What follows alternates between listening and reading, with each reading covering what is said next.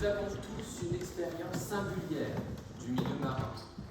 L'océan représente pour moi cette odeur salée qui effleure mon nez. Pour certains, la mer rappelle le doux sucré d'une glace au caramel beurre salé. Pour d'autres, l'écume est le douloureux rappel de la perte d'un proche. Dans tous les cas, ces milieux aquatiques, les mers et les océans, sont propres à chacun, bien qu'objectivement communs à tous. Et c'est cette division du tout, de la totalité qui les caractérise. Regardez, on les appelle les mers, ainsi que les océans, alors qu'en réalité, ils ne forment qu'une seule eau, qu'une seule unité bleue qui a valu le nom de notre belle planète. La planète bleue, non pas la planète des bleus. Mers et océans sont donc, dans leur essence nominative, anthropisés. L'homme, à l'instar de Louis XIV, a divisé le milieu qui le domine pour mieux y régner. Cela a-t-il marché? Pensez-vous sincèrement qu'un bipède avec un cerveau de 0,00135 mètres cubes a réussi à dompter l'immensité houleuse des océans? Si vous pensez que oui, alors vous êtes prétentieux. Mais vous avez raison. La mer, pour l'homme, c'est le commerce avec la Mésogeios thalassade et l'Antiquité. L'océan, pour l'homme, c'est une vaste terre de découverte asservie à sa soif de curiosité. Les mers et les océans, pour l'homme, depuis toujours, c'est un immense champ de bataille, un combat perpétuel d'homme à homme, une violence extrême entre hommes et eau, une guerre sans fin entre hommes et animaux. Ces histoires sont cachées sous une nappe azur. Et oui, le bleu, parfois lagon, parfois profond, ne révèle pas son histoire au premier regard. Qui, à 4 ans, s'est imaginé que l'eau qui l'entourait était autrefois aussi rouge que le sang dont il avait tant peur lorsqu'il tombait à vélo? Personne. Qui, à 8 ans, s'est convaincu que sous ces molécules d'H2O se trouvait le corps de marin dont le dernier regard s'était porté sur cette immense vague que les quelques rescapés ont appelée tsunami? Peu de gens. Qui, à 16 ans, a observé l'horizon uniforme entre mer, ciel, en regrettant de voir les nombreuses Moby Dick remonter à la surface en expirant leur dernier souffle? Beaucoup d'entre nous.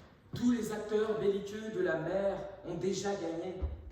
L'Angleterre contre la France durant la bataille de la Hougue, l'océan face à la flotte de Magellan en 1520, le Kraken, lui, annihilé par les hommes du Nautilus. Finalement, les mers et les océans sont la scène d'un théâtre historique dont les actes se succèdent en fonction d'un seul, l'homme. Nous. La mer devient la scène de combat lorsqu'il faut protéger les voies commerciales. Nous observons à l'horizon plus qu'un bleu taché de mégots et de bouteilles en plastique. La biodiversité marine, elle, devient le jouet de l'homme dès qu'il en a goûté les plaisirs pécuniaires.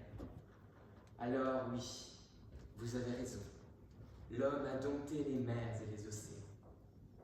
Mais vous avez tort. L'homme s'est fait dompter par les mers et les océans. Il s'y est toujours plié. Il n'a jamais rien changé.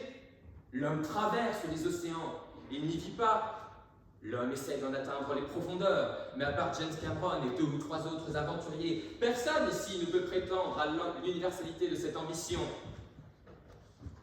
L'homme sème sur ses déchets, sur les océans, ses déchets les plus gros, mais les océans ne se dénaturent pas. En réalité, ils évoluent même.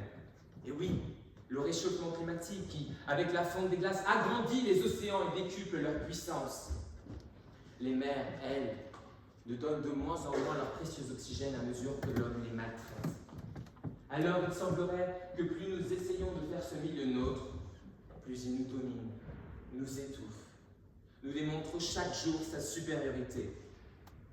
L'océan, l'unité de l'eau, n'est qu'un rappel de notre petitesse. Le monde ne tourne pas autour de l'homme. La nature nous a précédés, la nature nous domine, et elle nous survivra. Parce qu'elle l'a toujours fait. Parce que l'homme, malgré Descartes, n'a jamais vraiment réussi à se rendre ni maître, ni même possesseur. Jules Verne a écrit une fiction qui traduit les ambitions humaines que nul n'aurait pu atteindre. Disney s'est emparé d'un milieu que l'on ne connaît que peu pour en éveiller les fantasmes, sans jamais vraiment pouvoir savoir s'ils étaient vrais ou complètement erronés. L'Atlantide ne nous appartiendra pas. Alors continuons simplement d'admirer ce beau bleu de notre belle planète et de manger cette glace au caramel beurre salé. Parce qu'en réalité, c'est le seul moment où les océans et les hommes sont à eux-mêmes ce qu'ils sont, dominants et dominés. Je vous remercie.